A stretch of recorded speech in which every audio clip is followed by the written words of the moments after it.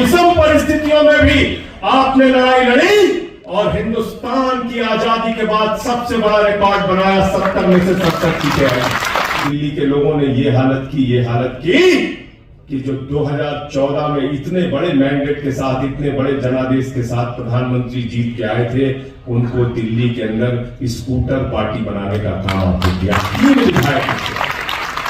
पहले मुसलमानों को गाली दिया, फिर सिखों को गाली दिया, फिर ईसाइयों को गाली दिया, फिर बौद्धों को गाली दिया, फिर जाटों को गाली दिया, फिर मराठों को गाली दिया, फिर किसानों को गाली दिया, फिर पहलवानों को गाली दिया, अब अयोध्या वासियों को गाली दे रहे, हिंदुओं को गाली दे रहे। अरे अयोध्या में भगवान श्री राम ने तुमको हराया है, तुम्हारे अहंकार को तोड़ने का काम किया है, क्योंकि भगवान श्री राम का संदेश था कि मुझे रावण का भी अहंकार पसंद नहीं है, मोदी का अहंकार तो उसके आगे कुछ भी नहीं है। क्या कह रहा था इनका एक प्रवक्ता? कहता है भगवान जगन्नाथ जो है वो नरेंद्र मोदी के भक्त है। संबित पात्रा ने कहा, गलत तो नहीं कह रहा हूं मैं, कहा कह लगा भगवान जगन्नाथ नरेंद्र मोदी के भक्त है। एक को दे दिया जहाज विभाग जिसमें कुछ है ही नहीं, न गृह दिया, न रक्षा दिया, न वित्त दिया, न विदेश दिया, न वाणिज्य दिया, न रेल दिया, न सड़क दिया, न कृषि दिया, न शिक्षा दिया, न स्वास्थ्य दिया, न दूरसंचार दिया, सिर्फ झुंझुना मंत्रालय दिया। नड्डा साहब ने कहा अरे मोदी जी तो देवताओं के देवता है और सब कुछ छोड़ दीजिए। मोदी जी ने कहा मेरा जन्म बायोलॉजिकल नहीं हुआ है, मैं अवतार हूं, अवतार। बताइए, उस विषम परिस्थितियों में भी आपने लड़ाई लड़ी और हिंदुस्तान की आजादी के बाद सबसे बड़ा रिकॉर्ड बनाया। 70 में से 70 सीटें आई।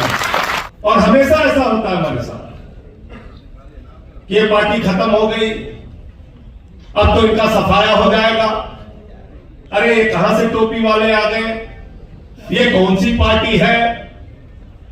मैंने तो साथियों बहुत जलालत झेली है, आज से नहीं।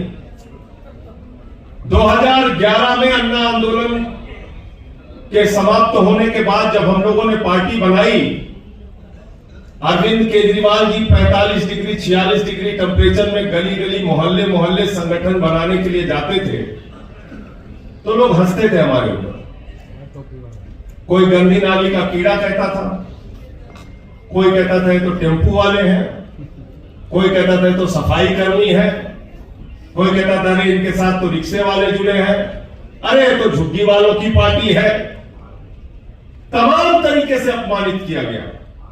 लेकिन वही झुग्गी वालों की पार्टी, वही सफाई कर्मियों की पार्टी, वही ऑटो वालों की पार्टी, वही गरीब आदमी की पार्टी 2013 में हम लोग लड़े। तो जब हमको कहा जाता था कि 6% वोट आ गया तो हम राजनीति से संन्यास ले लेंगे, 2013 में देश की राजधानी दिल्ली में आपने परचम लहराने का काम किया। 28 सीटें आई और हमने 14 का चुनाव लड़े, हमारी जमानतें जब्त हुई देश भर में। और केजरीवाल जी वो वाकया सुनाते भी हैं कि जब वो आए और अपने घर में जा रहे थे कौशाम्बी, तो गेट पे खड़ा हुआ, गेट का जो दरबान होता है, उसने कहा आ गए आप, गए थे मोदी से चुनाव लड़ने, और हमारा हंसी मजाक उड़ाया गया। और ये कार्यकर्ता जो आगे बैठे हैं, जिन्होंने 15 के चुनाव का प्रचार किया होगा, बहुत सारे लोग दरवाजे बंद कर लेते थे। कोई घर के सामने कुत्ता छोड़ देता था, कोई भगोड़ा कहता था, कोई कुछ कहता था। उस विषम परिस्थितियों में भी आपने लड़ाई लड़ी और हिंदुस्तान की आजादी के बाद सबसे बड़ा रिकॉर्ड बनाया। 70 में से 70 सीटें आई। और तब भी कहा गया था पार्टी खत्म हो गई, साफ हो गई ये पार्टी, कहा जा रहा था। पूरे देश में इनकी जमानत जब्त हो गई, कहा जा रहा था। और आपने, मुझे याद है 2015 का चुनाव, झारखंड जीत के आए थे, देश का चुनाव जीत के आए थे, महाराष्ट्र का चुनाव जीत के आए थे, हरियाणा का चुनाव जीत के आए थे। प्रधानमंत्री जी अहंकार से लबरेज थे। इसी रामलीला के मैदान में खड़े हुए कहने लगे केजरीवाल तो बदनसीब है, मैं नसीब वाला हूं, मुझे वोट दे देना। और हमारे कार्यकर्ता रोए थे वो बात सुन के। कई लोगों ने टीवी बंद कर दिया था और कहा था मोदी जी इतना अहंकार अच्छा नहीं है, केजरीवाल को बदनसीब बोल रहे हो। और ये हालत की दिल्ली के लोगों ने, ये हालत की कि जो 2014 में इतने बड़े मैंडेट के साथ, इतने बड़े जनादेश के साथ प्रधानमंत्री जीत के आए थे, उनको दिल्ली के अंदर स्कूटर पार्टी बनाने का काम आपने किया। 3 विधायक आए। 2017 का चुनाव हम लोग लड़े। पहला चुनाव था पंजाब में, 20 सीटें वहां पे आई, सहयोगियों की 2 सीटें, 22 सीटें वहां आई। एमसीडी का चुनाव लड़े, दिल्ली में अच्छा प्रदर्शन नहीं हुआ। 19 का चुनाव लड़े, 19 के चुनाव में भी हम लोग हार गए। और जब 2020 में चुनाव लड़े तो फिर से दिल्ली की जनता ने, कार्यकर्ताओं ने, पार्टी के लोगों ने मेहनत करके 62 सीटें, 70 में से 62 सीटें आपने। मैं ये बातें इसलिए बता रहा हूं कि भारत की राजनीतिक इतिहास में शायद कोई पार्टी ऐसी नहीं होगी जिसने इतना उतार चढ़ाव अपनी जिंदगी में देखा होगा जितना आम आदमी पार्टी ने देखा है। इसके लिए सबसे ज्यादा बधाई के पात्र आपने कभी साथ नहीं छोड़ा, हमारे कार्यकर्ताओं ने साथ नहीं छोड़ा। भूखे रहे, प्यासे रहे, लेकिन साथ खड़े रहे। अन्ना के आंदोलन में भी साथ खड़े रहे, 13 के चुनाव में भी साथ खड़े रहे, 14 के चुनाव में भी साथ खड़े रहे, 17 में भी खड़े रहे, 15 में भी खड़े रहे, 19 के चुनाव में खड़े रहे। और संकट के समय में ही मित्रों की पहचान होती है, संकट के समय में ही दोस्तों की पहचान होती है। यह सबसे मुश्किल का वक्त है पार्टी के लिए, जब हमारे पार्टी के मुखिया अरविंद केजरीवाल जी जेल में है। एक ऐसे शिक्षा मंत्री जिसकी पूरी दुनिया में तारीफ होती है, मनीष सिसोदिया जेल में है। एक ऐसे स्वास्थ्य मंत्री जिन्होंने मोहल्ला क्लिनिक का मॉडल दिया, जेल में है। मुझे 6 महीने उठा के जेल में रखा।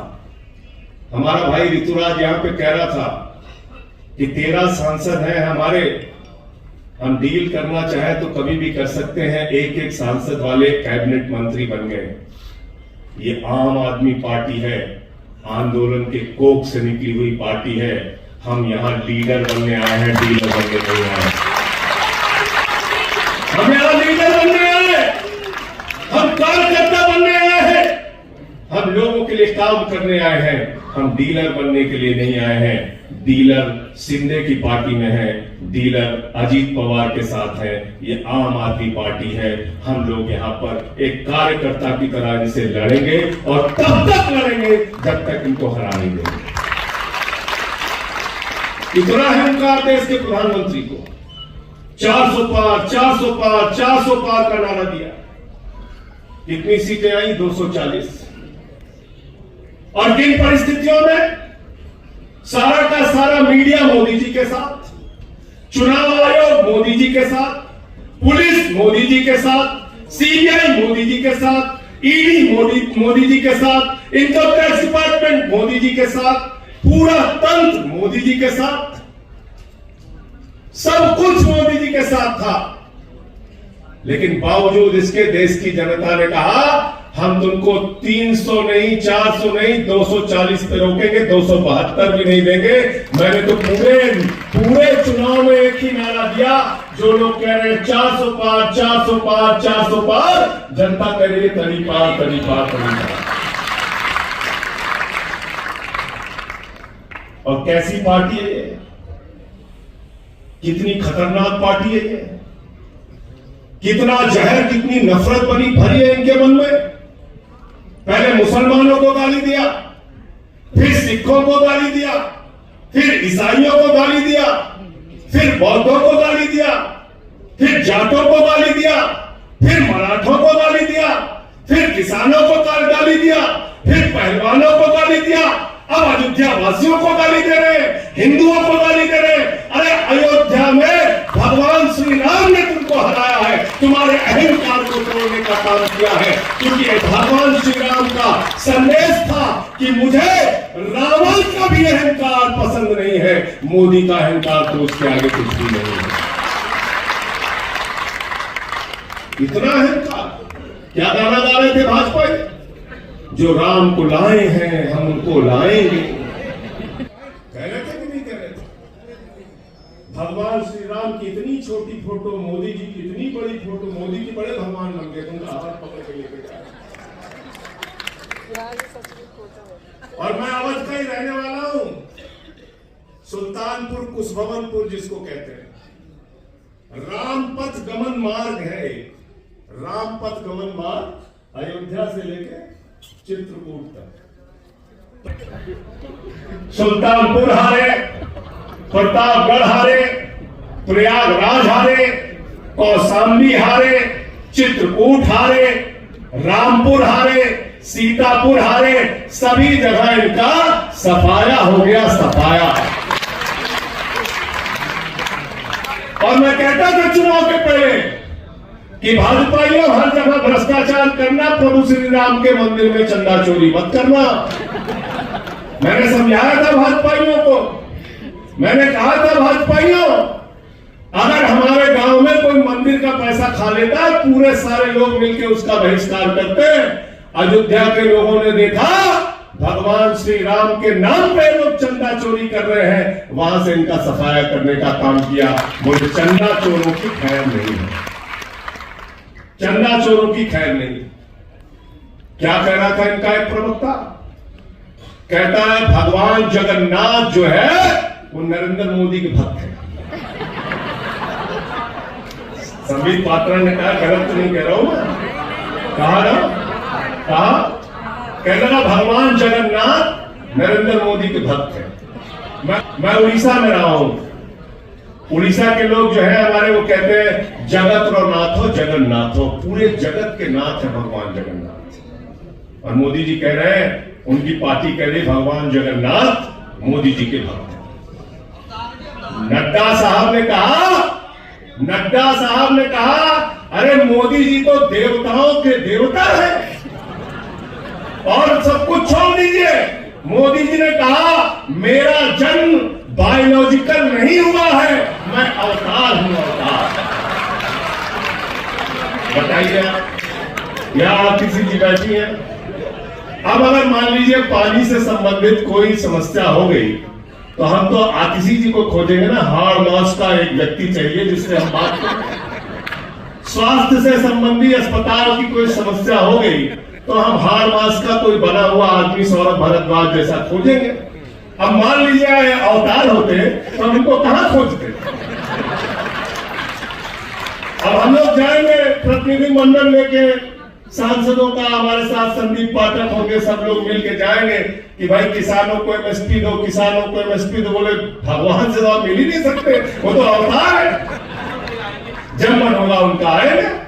तो प्रधानमंत्री जी हमारे अवतार हैं, अवतार है। 240 पे रुक गए हैं। और आज मेरी बात नोट कर लेना, एक सरकार एनडीए की चली थी 13 दिन, दूसरी चली थी 13 महीने, उससे पहले मोदी जी की विदाई होनी है।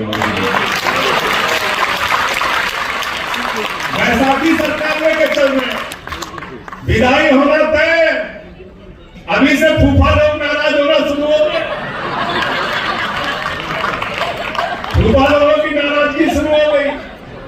बोले काहे ना जाए, बोले कुछ दिए नहीं, बोले क्या नहीं, बोले तो मच्छी ना दिया, तो जहाज दे दिया। तो बोले जहाज तो अच्छा होता है, बोले जहाज तो है ही नहीं भारत सरकार के पास। बोले किसके पास? बोले सब प्राइवेट वाले लेके चले गए, टाटा वाले। तो बोले जहाज में हवाई अड्डा तो होगा, बोले तो अडानी लेके चला। तो जहाज विभाग किसी काम का नहीं, मच्छी विभाग किसी काम का नहीं। तो आप बताइए, एक को दे दिया मच्छी विभाग, एक को दे दिया जहाज विभाग, जिसमें कुछ है ही नहीं। न गृह दिया, न रक्षा दिया, न वित्त दिया, न विदेश दिया, न वाणिज्य दिया, न रेल दिया, न सड़क दिया, न कृषि दिया, न शिक्षा दिया, न स्वास्थ्य दिया, न दूरसंचार दिया, सिर्फ झुंझुना मंत्रालय दिया।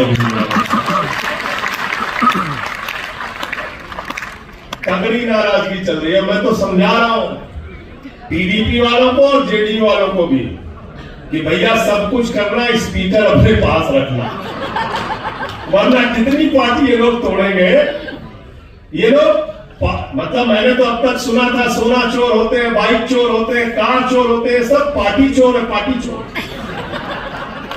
पार्टी चोर है। तीर कमान चुरा ली उद्धव ठाकरे की, घड़ी चुरा ली शरद पवार की, यहां आए थे झाड़ू चुराने दिल्ली में, झाड़ू मार मार के हमारे पास।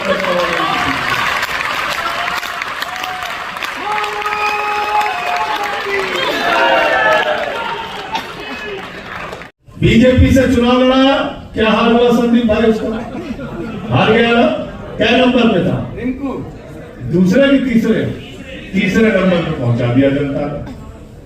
एक यहां पे गए थे हमारे मंत्री जी, उनको कितना वोट मिला भाई? 5000 वोट सांसदी के चुनाव में मिला। इसलिए मैं कहना चाहता हूं, इस पार्टी का एक रिकॉर्ड बहुत तगड़ा है। ये पार्टी जो छोड़ता है, कहना तो नहीं चाहिए, लेकिन उसका सफाया हो जाता है। हमारी शुभकामनाएं इन लोगों के साथ, लेकिन कुछ हम कर नहीं पाएंगे, ईश्वर न्याय करता है। यह हुआ है, आप उठा के देख लेना, मैं नाम नहीं लूंगा, आप अपने दिमाग से खुद सोच लेना। आज जाके जिसने वो देखो पीछे से नाम नहीं लूंगा, पीछे से नाम नहीं लूंगा, मैं किसी का नाम नहीं लूंगा। तो मैं सिर्फ ये कहना चाहता हूं, ये पार्टी चोर लोग हैं, और ये मैं तो बार बार कहता हूं, हमारे आपस के मतभेद होंगे, कमरा बंद करेंगे, खुद झगड़ा कर लेंगे, एक दूसरे को सुना लेंगे। संजय सिंह आपका ये ठीक नहीं लगता, ठीक है भाई सही कर लेंगे, आपकी ये चीज पसंद नहीं है, ऐसे कर लो, ऐसे कर लो, सब सुन लेंगे सारे हमारे जितने लीडर हैं, क्योंकि हम परिवार हैं। लेकिन हमारे परिवार के सदस्य को भाइयों में कई बार गांव में दीवार खड़ी हो जाती है कि नहीं, झगड़ा होता है भाइयों में आपस में, लेकिन अगर पड़ोसी कोई लाठी लेके आता है तो दोनों भाई मिलकर मारते हैं उसको। होता नहीं होता? बता, होता ही नहीं होता। तो हम आपस में जो भी मतभेद होगा, जो भी बातचीत होगा, जो भी एक दूसरे से गुस्सा नाराजगी होगी, हम बैठेंगे घर के अंदर, उस सारी नाराजगी को दूर करके गले मिलके, लेकिन अगर कोई हमारे नेता अरविंद केजरीवाल को आंख दिखाने के लिए आएगा तो सीना तान के उसके लिए लड़ने के लिए आगे बढ़ेंगे, और उसमें हम कभी पीछे हटने वाले। वादा है ना इस बात का? वादा है। तो जैसे 15 जीते, जैसे 20 जीते, वैसे ही 25 में अपना परचम लहराना है। 13 में भी आप जीते थे, 13 का तो सबसे मुश्किल चुनाव आप जीते थे। 13, 15, 20, अब की 25, उसी तरीके के विजय को आपको हासिल करना है। आप सबका सर झुका के मैं नमन करना चाहता हूं, आपकी मेहनत का, आपके जज्बे का, जिस मुसीबत की घड़ी में आपने हमारा साथ दिया है पार्टी के। और मैं तो जब जेल में था तो टीवी देखता रहता था, कभी किसी को घसीट के लेके जा रहे हैं, कभी किसी को लाठी से पीट रहे हैं, कभी किसी, और उस दौरान भी मतलब मुझे तो ये लगता था कि अभी मैं जेल तोड़ के बाहर आपके आंदोलन में आ जाऊं, ऐसा महसूस होता था। क्योंकि साथ लड़े हैं तो कभी कभी लगता था कि आप देखो अरविंद जी को गिरफ्तार कर लिया और मैं नहीं हूं। तो ये बहुत अच्छी बात है अपने परिवार की कि हम लोग मुसीबत के समय में एक साथ रहते हैं। आप सबको ढेर सारा प्यार, ढेर सारा आप लोगों के जज्बे को सलाम, बहुत बहुत सलाम, बहुत बहुत। और इस चुनाव का संदेश, एक संदेश और भी है कि नफरत की बुनियाद पे हिंदुस्तान नहीं बनेगा, मोहब्बत की बुनियाद पे हिंदुस्तान आगे बढ़ेगा। हम न पाकिस्तान है, न तालिबान है, हम हिंदुस्तान है, हम मिलकर रहना चाहिए।